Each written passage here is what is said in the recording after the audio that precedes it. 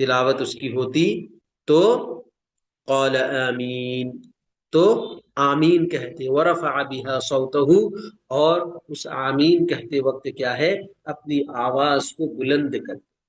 تو بات سمجھ میں آئی کہ آمین کہتے ہوئے کیا ہے، آواز کو بلند کریں گے۔ عن ابی ہریرہ رضی اللہ تعالی عنہ ان النبی صلی اللہ علیہ وسلم قال اذا امن الامام فامنوا فانه من وافق تامینه تامین الملائکہ غفر له ما تقدم من ذنبه۔ اوپر کیجئے حدیث، یہ بھی بخاری اور مسلم کی حدیث ہے۔ حضرت ابو ہریرہ رضی اللہ تعالی عنہ سے روایت ہے کہ رسول صلی اللہ علیہ وسلم نے فرمایا، جب امام آمین کہے، اذا امن الامام، اوپر کیجئے دی اسکرین، اذا امن الامام، جب امام آمین کہے، فامنوا، تو تم بھی آمین کہو، فانه من وافق تأمینہ، کیونکہ جس کی آمین موافقت کر جائے گی، جس کی آمین مل جائے گی، تأمین الملائکتی، فرشتوں کی آمین سے، یعنی جس کی آمین فرشتوں کی آمین کے موافق ہو جائے، موافقت کر جائے، ایک آدمی کی آمین اور فرشتے کی آمین، غفر له ما تقدم من ذنبه، جب یہ موافقت ہو جائے گی تو کیا ریوارڈ ملے گا جی، کیا بدلہ ملے گا؟ کہا غفر له ما تقدم من ذنبه، کہ اس کے پچھلے تمام گناہ معاف کر دیے جائیں گے، اس کے پچھلے تمام گناہ معاف کر دیے جائیں گے۔ تو ان دونوں حدیثوں سے، حضرت ابو ہریرہ رضی اللہ تعالی عنہ اور حضرت وائل ابن حجر رضی اللہ تعالی عنہ کی حدیث سے یہ بات معلوم ہوتی ہے کہ زور سے آمین کہنا یہ نبی کریم صلی اللہ علیہ وسلم کی سنت رہی ہے۔ اب فائدہ میں دیکھیے، سورہ فاتحہ مکمل ہونے پر اسکرین کون شیئر کر رہے ہیں جی؟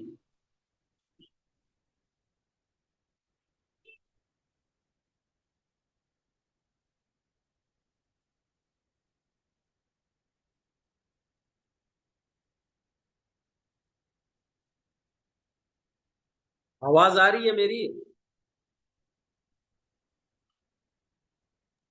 جی آ رہی ہے شیخ۔ کیا اسکرین کیسے کہ سو جاتے ہیں کیا؟ فائدہ میں دیکھیے، سورہ فاتحہ مکمل ہونے پر آمین کہنے میں کسی کا کوئی اختلاف نہیں ہے، چاہے وہ مسلک اہل حدیث سے تعلق رکھتے ہوں، یا مسلک احناف سے تعلق رکھتے ہوں، یا مسلک شافعی سے یا مالکی سے تعلق رکھتے ہوں، یا حنبلی سے، تو آمین کہنے میں کسی کا اختلاف نہیں ہے ولا الضالین کے بعد۔ البتہ جہری نمازوں میں آمین زور سے کہی جائے یا آہستہ کہی جائے، اس میں اختلاف پایا جاتا ہے۔ بعض ہیں احناف وغیرہ زور سے آمین نہیں کہتے ہیں، آمین وہ لوگ بھی کہتے ہیں لیکن سری کہتے ہیں، آہستہ سے کہتے ہیں، ٹھیک ہے؟ دیکھیے، تو جاننا چاہیے کہ جہری نمازوں یعنی فجر، مغرب، عشاء اور جمعہ وغیرہ میں با آواز بلند آمین کہنا پیارے نبی صلی اللہ علیہ وسلم کا عمل رہا ہے، ٹھیک ہے؟ اور آپ صلی اللہ علیہ وسلم نے اپنے مقتدی صحابہ رضوان اللہ علیہ مجمعین کو بھی آمین زور سے کہنے کا حکم فرمایا ہے، جیسا کہ مذکورہ بالا احادیث میں اس کی صراحت موجود ہے۔ دیکھیے، ایک تو یہ بات بتائی گئی کہ زور سے آمین کہنا یہ نبی کریم صلی اللہ علیہ وسلم کا خود عمل رہا ہے، یا آپ کی خود سنت رہی ہے، اور اس کے علاوہ آپ کے پیچھے مقتدی کی حیثیت سے جو صحابہ کرام نمازیں ادا کرتے تھے، ان کو بھی آپ تاکید کرتے تھے کہ تم آمین زور سے کہو، ان کو بھی آپ حکم دیتے تھے۔ اور اس کی دلیل کیا ہے؟ اوپر والی حدیث وائل ابن حجر کی، کہ اللہ کے نبی صلی اللہ علیہ وسلم جب ولضالین کہہ لینے کے بعد آمین کہتے تو وہاں پر کیا ہے، آواز کو بلند کرتے، ورفع بها صوته، اپنی آواز کو بلند کرتے۔ بلکہ اکثر احادیث جو جیسا کہ مذکورہ بالا احادیث میں اس کی صراحت موجود ہے، بلکہ اکثر احادیث جو سند اور متن دونوں اعتبار سے صحیح اور صریح ہیں اسی موقف کی تائید کرتی ہیں۔ البتہ وہ روایات جن میں جہری نمازوں سے متعلق آمین آہستہ کہنے کا ذکر ہے، وہ سند اور متن جن میں جہری نمازوں سے متعلق آمین آہستہ کہنے کا ذکر ہے، وہ سند اور متن دونوں اعتبار سے کمزور اور ضعیف ہے۔ کیا بتا رہے ہیں یہاں پر جی؟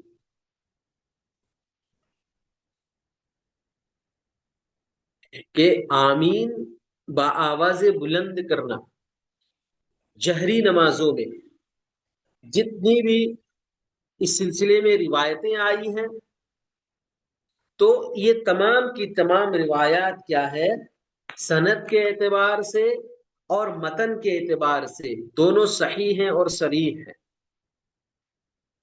البتہ چند ایسی بھی روایات آئی ہیں، چند ایسے بھی مرویات آئی ہیں جن میں جہری نمازوں میں آمین کو آہستہ کہنے کا ذکر کیا گیا ہے، لیکن وہ حدیث کیا ہے، سند کے اعتبار سے بھی اور متن کے اعتبار سے دونوں اعتبار سے کمزور ہے اور ضعیف ہے۔ لہذا ہمیں چاہیے کہ ہم امام ہو یا مقتدی یا پھر اکیلے نماز ادا کرنے والے ہوں، جہری نمازوں میں خوبصورتی کے ساتھ بلند آواز سے آمین کہیں، یہی سنت رسول، عمل صحابہ اور تعامل امت ہے۔ سمجھ میں آ رہا نا؟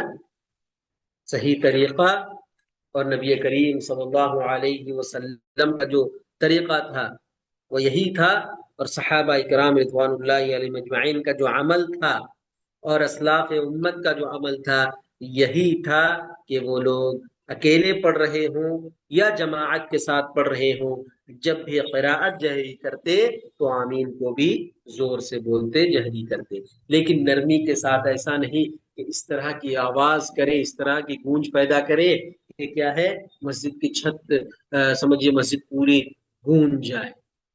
نارمل آواز میں اچھے طریقے سے نرمی کے ساتھ کیا ہے اس کو کیا ہے ادا کرنا ہے۔ ایسا نہیں کہ بازو والا آدمی کیا ہے ڈر جائے، بغل والا آدمی کیا ایک دم خوف میں مبتلا ہو جائے، اتنا زور سے کہہ دیتے۔ چلیے اس کے بعد کیا ہے، سورہ فاتحہ کے بعد دوسری سورت کی قراءت۔ چلیے، نماز میں سورہ فاتحہ کے بعد پہلی دو رکعتوں میں قرآن کی کوئی اور سورت یا آیت پڑھنا آپ صلی اللہ علیہ وسلم کی سنت رہی ہے۔ تو ہمیں معلوم ہوا کہ تعوذ، دعائے ثنا پڑھنے کے بعد تعوذ اور تسمیہ کریں گے، تعوذ اور تسمیہ کے بعد سورہ فاتحہ پڑھیں گے، اور سورہ فاتحہ پڑھنے کے بعد امام ہو یا مقتدی آمین بآواز بلند کہیں گے جہری نمازوں میں۔